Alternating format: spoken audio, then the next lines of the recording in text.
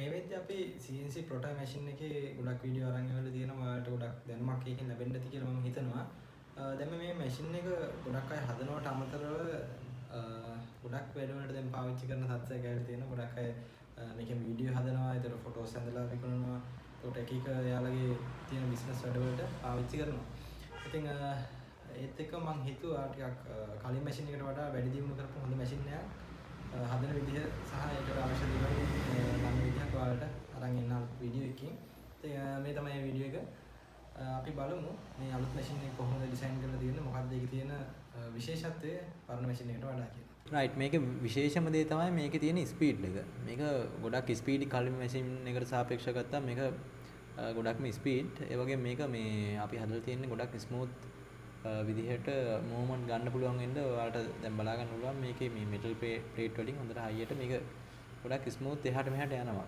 මේ ගොඩක් ෆ්‍රික්ෂන් එක අඩු කරලා තියෙනවා.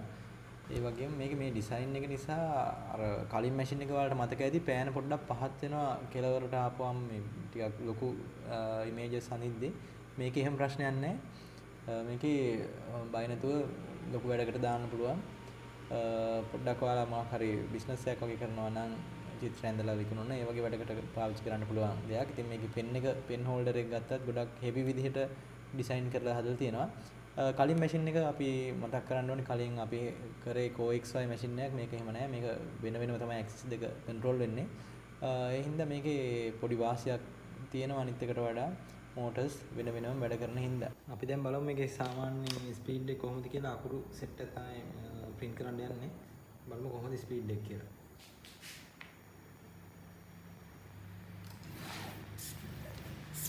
ඉතින් normal ස්පීඩ් එක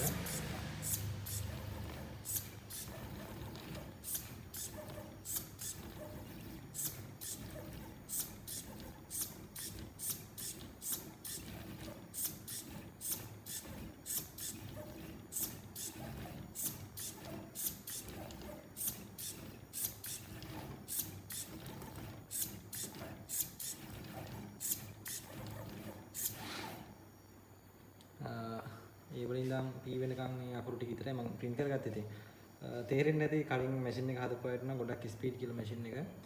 පට්ටම ස්පීඩ් මේක ටට්ටක් ගාලා අපිට ඕන දේවල් කරගන්න පුළුවන්.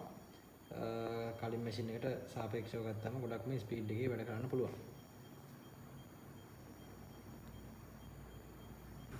රයිට්, අපි තව ටිකක් ෆොන්ට් එක වෙනස් කරලා අකුරු ටිකක් try කරලා බලමු. මට ඇත්තටම වෙලාවක් තිබ්බේ නැහැ මේ මොකක් හරි image එකක් draw කරන්න. මේකේ පොඩ්ඩක් මේ දවස්වල බිසි වැඩි වෙලා තියෙන හින්දා මම අනිවාර්යයෙන්ම ඉස්සරහට වීඩියෝ එකක් අරන් ඉන්නම්. මේකෙන් කොහොමද රූපයක් හඳගත්තේ, කොච්චර ස්පීඩ්ද, කොච්චර ස්මූත්ද, මේකේ තියෙන ලයින්ස් වල තියෙන මේ ඇකියුරසි එක එහෙම බලා ගන්න පුළුවන් ඔයාලට.